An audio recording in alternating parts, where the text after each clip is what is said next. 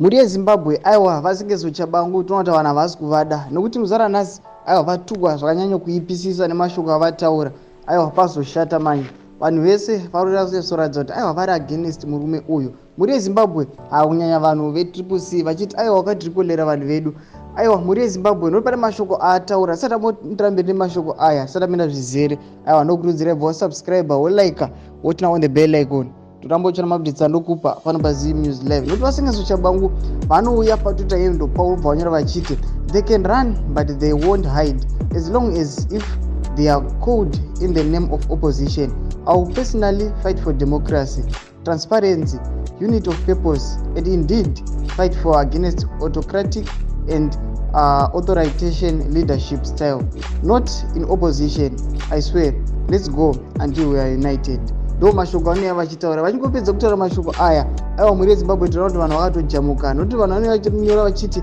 ucharohwa chete unogona kusarohwa nhasi asi uri pedyo nekurohwa vamwe vakutohanzi wava kupenga nedhemokirasi iwewe saka tinoona kuti vanhu vanoendera mberi vachimutuka mukomana uyu nezvimwe zvatisingakwanisi kutaura panapa vamwe vachiti the empty vessels make a lot of noise vamwe vakati get away you criminal you are fighting for democracy of benefiting ZANU-PF